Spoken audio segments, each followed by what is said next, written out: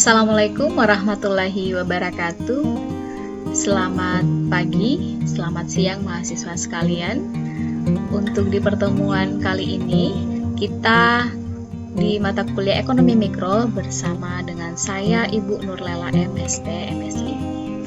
Untuk di pengantar Ekonomi Mikro pertemuan ke-9 nanti akan ada beberapa materi yang akan kita kaji.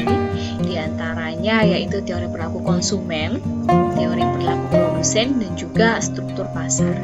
Nah, untuk beberapa minggu ini kita akan masuk ke dalam materi yang pertama, yaitu teori perilaku konsumen. Mengenai teori perilaku konsumen ini, sebelum membahas lebih jauh, kita akan lihat beberapa outline di mata pembelajaran. Jadi pembahasan pada hari ini diharapkan yang pertama mahasiswa mampu memahami konsep dan mampu membedakan pendekatan marginal utility dan pendekatan kurva indifferent ya dalam teori perilaku konsumen. Yang kedua, memahami konsep pendekatan tingkat substitusi marginal atau MRS, marginal rate of substitution, memahami konsep budget line, memahami konsep maksimisasi kepuasan, dan juga memahami konsep efek substitusi dan efek pendapatan.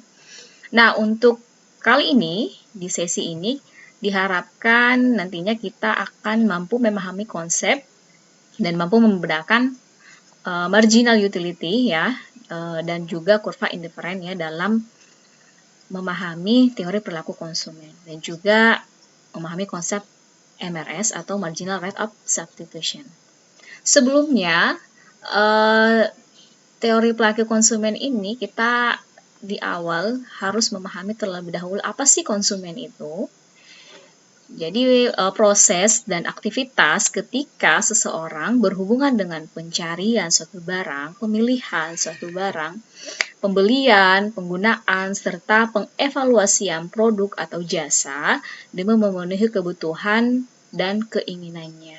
Nah, itu disebut dengan konsumen. Jadi ada poinnya, perilaku pencarian, pemilihan satu barang, pembelian, penggunaan, dan juga pengevaluasian, baik produk maupun jasa. Nah, teori perilaku konsumen ini merupakan turunan dari teori permintaan. Jadi hukum permintaan berlaku di sini. Nah, jadi konsumen itu cenderung akan menurunkan jumlah barang yang diminta apabila harga suatu barang naik. Jadi sama dengan hukum permintaan. Nah, dalam teori perilaku konsumen ini, seorang konsumen itu cenderung mengalokasikan pendapatan antara barang dan jasa yang berbeda-beda untuk memaksimumkan kesejahteraan mereka. Jadi indikator dari perilaku konsumen adalah memaksimumkan kepuasan ya untuk mencapai kesejahteraan. Teori perilaku konsumen ini muncul dari pertanyaan ya, yang menerangkan bahwa mengapa para konsumen akan membeli lebih banyak barang pada harga yang rendah dan mengurangi pembeliannya pada saat harga yang tinggi. Pertanyaan kedua, bagaimanakah seorang konsumen menentukan jumlah dan kombinasi barang yang akan dibeli dari pendapatannya yang terbatas? Nah, jadi kedua pertanyaan ini yang memunculkan untuk lebih mengkaji lebih dalam lagi bagaimana sih teori perilaku dari konsumen tersebut. Ada dua pendekatan dalam mempelajari teori perilaku konsumen. Yang pertama, pendekatan melalui pendekatan kardinal atau nantinya digambarkan dengan marginal utility, dan yang kedua itu pendekatan ordinal yang digambarkan dengan kurva indifferent atau indifferent curve. Yang pertama kita akan membahas mengenai teori perilaku konsumen melalui pendekatan kardinal yang digambarkan dalam kurva marginal utility. Nah, di sini kepuasan konsumen dari mengkonsumsi barang itu dapat dinyatakan secara kuantitatif sehingga konsumen berusaha memaksimumkan kepuasannya. Nah, kalau pendekatan marginal utility atau pendekatan kardinal itu, kepuasan konsumen itu bisa diukur dan bisa dinyatakan secara kuantitatif. dalam pendekatan marginal utility ini atau pendekatan kardinal kuantitatif, berlaku hukum Busan 1. Busan 1 yang menyebutkan bahwa jika pemenuhan kebutuhan akan suatu jenis barang dilakukan secara terus-menerus, maka utilitas yang dinikmati konsumen akan semakin tinggi. Tapi setiap tambahan konsumsi satu unit barang akan memberikan tambahan utilitas yang semakin kecil. Utilitas disebut juga dengan kepuasan. Ini pendekatan marginal berkaitan dengan dan berlaku bunyi hukum Busan 1. Ya, jadi suatu pemenuhan kebutuhan jika dilakukan secara terus-menerus, maka kepuasannya akan semakin tinggi. Tapi setiap tambahan konsumsi suatu barang akan melihat tambahan kepuasan yang semakin kecil. Nanti kita bisa lihat dari penggambaran beberapa kurva. Nah, sebelumnya kita harus tahu dulu istilah dalam pendekatan marginal utility, yaitu yang pertama total utility atau total nilai guna atau total kepuasan, juga disebut juga dengan total kepuasan. Nilai kepuasan secara keseluruhan yang didapat konsumen dari mengkonsumsi satu barang dan jasa tertentu. Jadi nilai total yang dapat didapatkan oleh konsumen dari mengkonsumsi suatu barang dan jasa tertentu. Nah, dari total utility ini berlaku hukum increasing total utility yang menyatakan bahwa semakin banyak barang yang dikonsumsi per satuan waktu, semakin besar jumlah nilai guna yang diperoleh sampai pada suatu titik tertentu atau titik kepuasan maksimum. Setelah titik ini mencapai penambahan jumlah barang yang dikonsumsi akan menimbulkan total utility atau total nilai guna yang semakin menurun atau total kepuasannya juga disebut. Nah, istilah yang kedua ada marginal utility atau nilai guna atau yang disebut dengan kepuasan marginal. Marginal itu juga biasa dibahasakan dengan tambahan. Jadi penambahan nilai guna atau kepuasan atau marginal utility yang diperoleh sebagai akibat dari penambahan satu unit barang yang dikonsumsi. Nah, jadi dari hukum marginal utility ini, disitulah berlaku hukum Busan 1 yang telah kita sebutkan sebelumnya. Jadi ada dua istilah yang harus dibedakan, yaitu total utility atau total kepuasan dan marginal utility atau disebut dengan tambahan kepuasan. Kita bisa lihat contohnya dari hubungan hubungan antara kepuasan total dan kepuasan marginal atau marginal utility. Di sini ada dua grafik. Grafik A itu merupakan gambaran kurva kepuasan total atau total utility dan juga kepuasan marginal atau marginal utility, tambahan kepuasan. Nah, dari kepuasan marginal utility tadi sekali lagi berlaku hukum Busan 1. Kita bisa lihat nanti hubungannya. Untuk di grafik A ini merupakan gambaran total utility. Kita bisa contohkan dari mengkonsumsi air minum. Ya, pada saat haus, pasti hasrat untuk menghilangkan dahaganya itu sangat besar. Diberi 1 gelas air, maka kepuasannya, ya, jadi dari Q ini merupakan jumlah barang yang dikonsumsi, disimbolkan dengan Q, ya, atau jumlah air yang akan diminum, berapa gelas. Kemudian Y ini atau sumbu vertikal ini merupakan total kepuasan atau total utility. Jadi tadi bisa dibedakan ya total utilitas dengan marginal utilitas. Nah, dari pada saat haus diberi 1 gelas, maka total kepuasannya itu sebesar 6.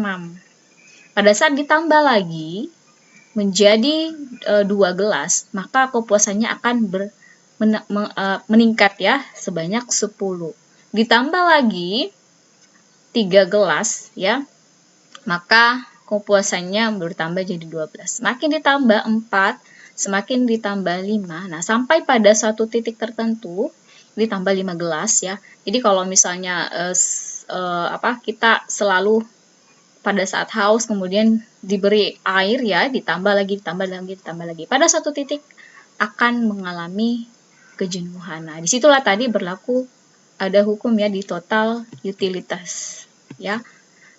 Berlaku hukum. Kita bisa lihat lagi tadi ya, kalau total utilitas itu berlaku hukum increasing total utility ya, semakin banyak barang yang dikonsumsi per satuan waktu semakin besar jumlah nilai guna yang diperoleh.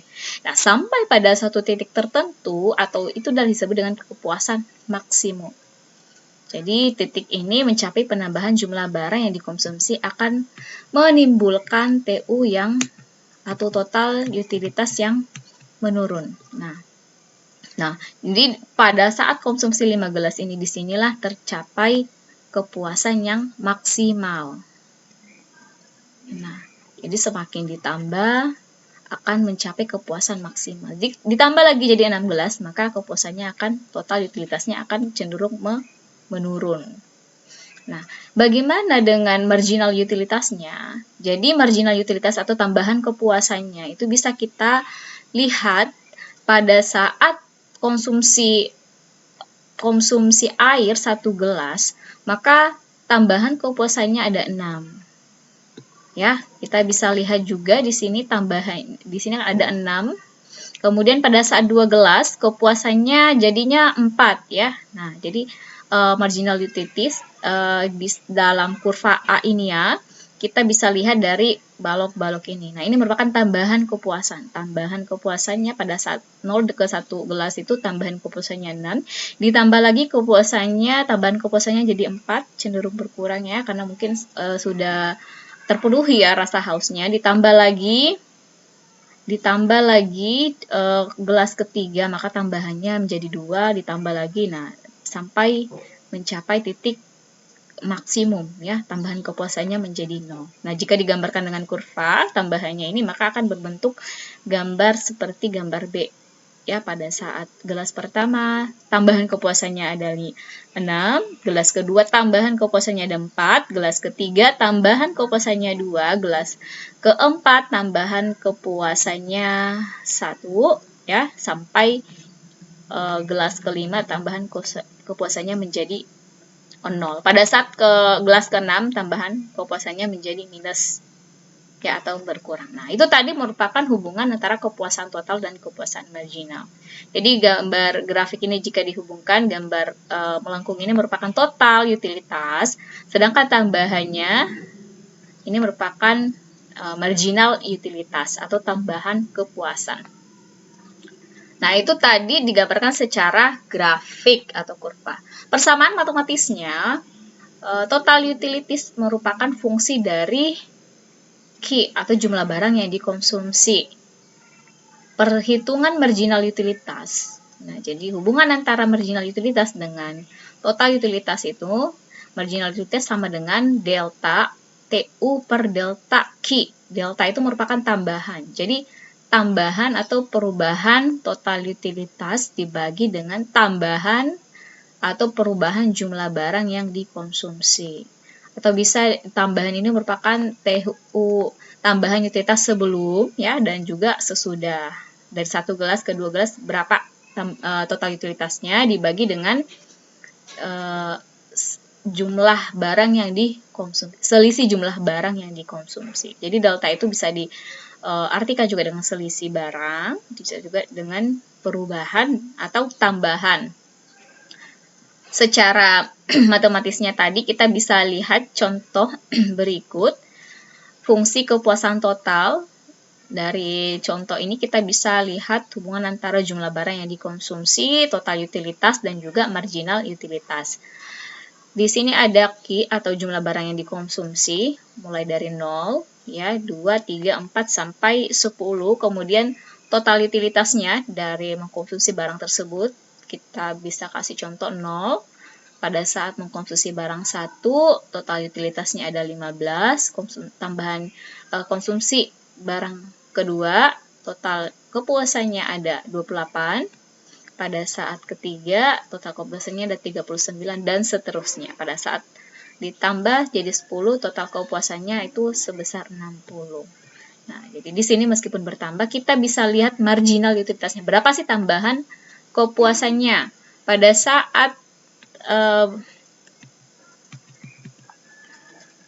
ini harusnya turun ya. Nah, pada saat mengkonsumsi barang pertama TU Q, maka TU-nya 15. Maka tambahan kepuasannya itu sebesar 15. Pada saat mengkonsumsi barang kedua, itu adalah tambahan kepuasannya 13. Dan seterusnya ya.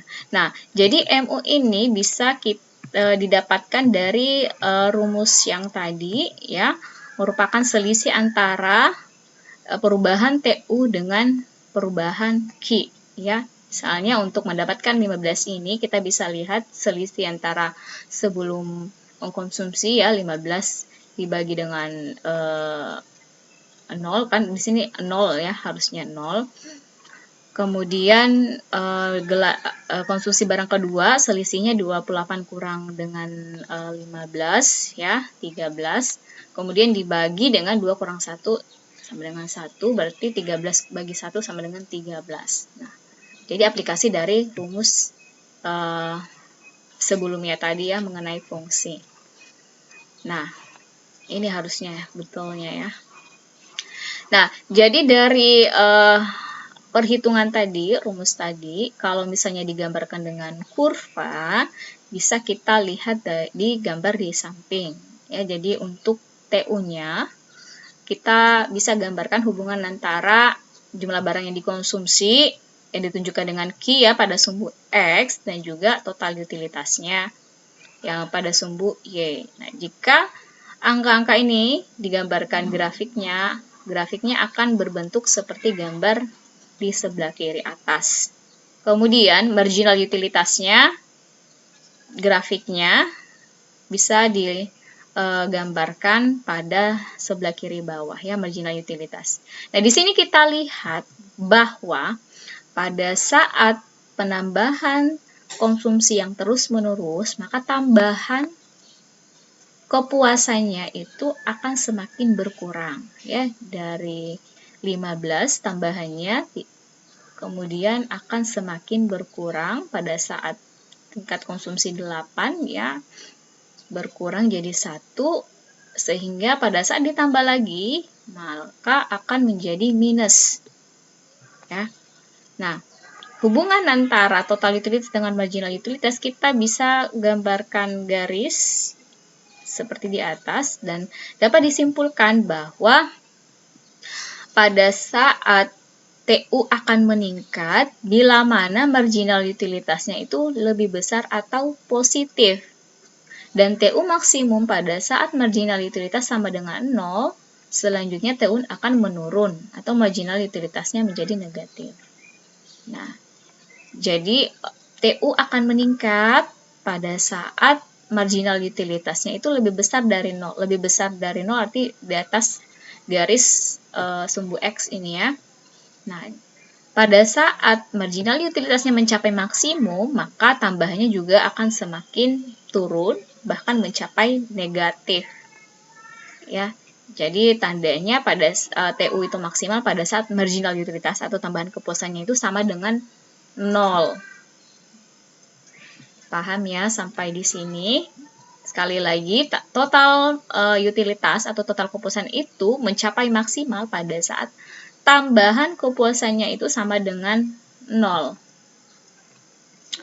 Itu tadi ya pendekatan kardinal atau dengan pendekatan grafik marginal utilitas. Selanjutnya, teori perilaku konsumen dapat juga digambarkan melalui pendekatan ordinal atau disebut dengan pendekatan kualitatif ya. Kalau kardinal tadi secara kuantitatif, kepuasan dapat dinyatakan dengan angka. Nah, sedangkan pendekatan ordinal itu kepuasan dapat digambarkan secara kualitatif ya, atau tidak bisa digambarkan secara angka-angka, tapi melalui grafik. Pendekatan ordinal di sini menyatakan bahwa kepuasan itu tidak bisa diukur. Seorang konsumen yang bertindak secara rasional akan membagi-bagikan pengeluarannya atas bermacam barang yang sedemikian rupa sehingga ia mencapai tarif pemenuhan kebutuhan terbaik. atau sama dengan maksimal atau optimal yang mungkin dicapainya sesuai dengan penghasilan yang tersedia dan harga yang berlaku. Nah, dari dasar ini dilakukan pendekatan ordinal dari dasar pertimbangan ini. Kemudian keseimbangan konsumen itu dapat dilakukan melalui pendekatan indiferensi, yaitu tingkat kepuasan konsumen dapat dikatakan lebih tinggi atau lebih rendah tanpa mengatakan berapa lebih tinggi atau lebih rendah atau bersifat ordinal. Pendekatan ordinal ini dapat dilakukan melalui penggambaran kurva indifferent atau indifferent curve. Kepuasan konsumen dari mengkonsumsi barang tidak dapat dinyatakan secara kuantitatif sehingga pelaku konsumen akan memilih barang yang akan memaksimumkan kepuasan ditunjukkan dengan kurva kepuasan yang sama atau apa yang disebut dengan kurva indifferent. Dalam teori pendekatan ordinal ini atau pendekatan melalui kurva indifferent itu berlaku hukum Gusan 2 yang berbunyi, jika konsumen melakukan pemenuhan kebutuhan akan berbagai jenis barang dengan tingkat pendapatan dan harga barang tertentu, konsumen tersebut akan mencapai tingkat optimisasi konsumsinya pada saat rasio marginal utilitas berbanding harga sama untuk semua barang yang dikonsumsinya. Secara matematis dapat digambarkan melalui rumus berikut. Ya, keseimbangan konsumen tercapai jika konsumen memperoleh kepuasan maksimum dari mengkonsumsi satu barang. Syarat keseimbangan itu kepuasannya harus sama. Ya, jadi marginal utilitasnya untuk konsumsi barang X sama dengan marginal utilitas terhadap harga dari mengkonsumsi barang Y. Nah, bentuk kurva indiferen atau kurva kepuasan yang sama dapat ditunjukkan pada gambar berikut. Tapi terlebih dahulu kita harus tahu apa itu kurva indiferen. Kurva indiferen adalah tempat kedudukan titik-titik yang menunjukkan kombinasi dua macam barang dari seorang konsumen yang memberikan tingkat kepuasan yang sama, ya. Titik-titik yang menghubungkan kombinasi dua macam barang yang dikonsumsi yang memberikan tingkat kepuasan yang sama. Ciri-cirinya, semakin ke atas maka akan semakin menuju titik origin dan semakin tinggi tingkat kepuasannya. Kurva indiferen tidak berpotongan satu sama lain, berslop negatif dan cembung terhadap titik origin. Nah, kurva indiferen itu dapat kita lihat pada gambar di sebelah kiri, yaitu adalah mengkonsumsi barang jenis pertama, sedangkan X itu adalah konsumsi barang jenis kedua. Kurva indiferen merupakan kombinasi, ya, kombinasi pada saat mengkonsumsi barang Y dengan sejumlah tertentu dan juga X pada sejumlah tertentu, maka akan mencapai kepuasan yang dapat digambarkan dengan A. Kemudian pada saat ingin menambah konsumsi barang kedua, maka harus menurunkan jumlah konsumsi barang Y, ya, sehingga kepuasannya akan sama dan ditunjukkan oleh titik B. Kemudian pada saat ingin meningkatkan lagi konsumsi barang ketiga atau X3, ya, konsumsi barang X, maka harus menurunkan konsumsi barang Y, sehingga dia akan mencapai kepuasan seperti C. Nah, jika dihubungkan, ini A, B, C inilah merupakan titik-titik, ya, dari mengkonsumsi dua macam barang yang memberikan tingkat kepuasan yang sama. Pada saat kombinasi Y1 dengan X1, kepuasannya A. Pada saat konsumsi Y2 dengan X2B, kepuasannya sebesar B. Y3 kepuasannya ditunjukkan dengan C. Nah, A, B, C itu merupakan kepuasan seorang konsumen yang mengkonsumsi barang mempunyai kepuasan yang sama. Nah, jika dihubungkan akan membentuk sebuah kurva, ya. Nah, itulah disebut dengan kurva indiferen atau kurva kepuasan yang sama. Ciri-cirinya, Semakin ke atas menjauhi titik origin itu adalah titik 0. Semakin ke atas itu semakin tinggi kepuasannya. Kemudian ciri-ciri kurva indifferent itu tidak berpotongan satu sama lain, artinya tidak akan berlawanan arah ya. Misalnya ini dari kanan atas kiri bawah, tidak akan berpotongan dari kiri atas kanan bawah, seperti itu. Jadi bentuknya akan sama, semakin ke atas semakin tinggi tingkat kepuasannya. Kemudian kurva indifferent itu berslope negatif ya. Slope negatif itu ciri-cirinya yaitu miringnya dari kanan atas ke kiri bawah dan cembung terhadap titik origin, seperti pada gambar sebelah kiri. Kurva indifferent kita bisa lihat contoh ilustrasinya. Di sini ada kombinasi mengkonsumsi barang. Ada barang A, kombinasi barang A itu pada saat mengkonsumsi makanan yang disimbolkan dengan Y dan juga pakaian yang disimbolkan dengan X. Kombinasi A itu pada saat mengkonsumsi makanan sebanyak 10 dan pakaian 2. Kombinasi ke B itu pada saat mengkonsumsi makanan sebesar 7 dan pakaian sebesar 3. Pada saat kombinasi C itu pada saat mengkonsumsi makanan sebesar 5 dan pakaian sebesar 4. Nah, jadi di sini ada 6 kombinasi. Jika digambarkan dengan kurva, maka akan berbentuk seperti pada gambar di kiri samping ya, di mana di sini merupakan hubungan antara mengkonsumsi makanan dan pakaian yang tadi disimbolkan dengan Y untuk makanan dan X untuk pakaian. Pada saat konsumsi barang Y sebesar 10, maka mengkonsumsi barang X sebesar 2. Nah, ini kombinasi A, B, C, D, E, F, dan jika dihubungkan akan membentuk sebuah kurva yang disebut dengan kurva indifferent. Pada saat mengkonsumsi barang sebesar 5 ya, pada saat kombinasi C, maka konsumsi pakaian itu sebanyak 4. Nah, di situ A, B, C, D, E, F ini merupakan kepuasannya yang sama. Dari gambar grafik ini juga kita bisa lihat marginal rate of substitution atau apa yang disingkat dengan MRS, di mana perubahan jumlah barang Y dibagi dengan perubahan jumlah barang X. Marginal rate of substitution.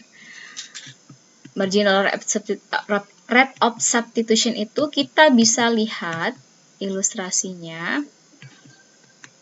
dari contoh tadi ya, gabungan barang A, B, C, D, E, F, makanan, pakaian.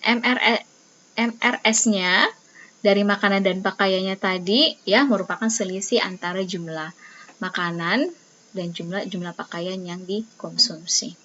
Maka pada saat kombinasi antara konsumsi barang A dan B, maka MRS-nya itu sebesar 3. Kita bisa lihat di sini pada saat mengkonsumsi makanan 10,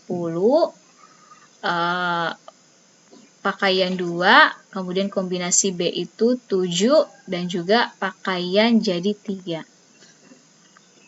Dari rumus tadi, MRS-nya tadi kan merupakan delta dari konsumsi barang. Nah, nih ya, delta Y minus delta Y dibagi dengan delta X. Artinya, berapa Y yang harus dikurangi untuk menambah konsumsi X? Ya, berapa Y yang harus dikurangi untuk menambah konsumsi X? Jika ingin menambah konsumsi pakaian ya dari 2 ke 3, maka harus mengurangi konsumsi makanan sebanyak minus 3. Jadi minus 3 dibagi X, maka minus 3.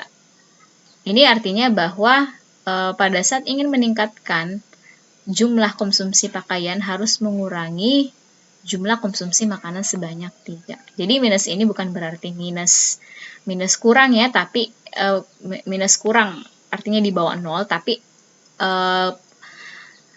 tapi di sini interpretasinya itu adalah mengurangi konsumsi makanan untuk menambah konsumsi pakaian. Dan seterusnya ya, pada saat ingin menambah konsumsi pakaian dari 3 menjadi 4, maka harus mengurangi jumlah konsumsi makanan sebanyak 2. MRS sama dengan 2. Kemudian pada saat konsumsi barang CDI ingin menambah pakaian, maka harus mengurangi konsumsi makanan sebanyak 1, minus 1. Dan seterusnya. Nah, angka mutlak inilah yang disebut dengan marginal rate of substitution. Jadi kurangnya itu diartikan sebagai pengurangan suatu jenis barang, konsumsi barang akibat ingin menambah konsumsi barang yang lain. Marginal rate of substitution. Itu ya. Untuk budget lainnya mungkin akan kita bahas pada pertemuan selanjutnya. Ibu rasa untuk pertemuan hari ini kita akhiri dulu. Jika ada yang ditanyakan, silahkan komentar di kolom komentar yang ada di Google Classroom. Kita akhiri. Assalamualaikum warahmatullahi wabarakatuh.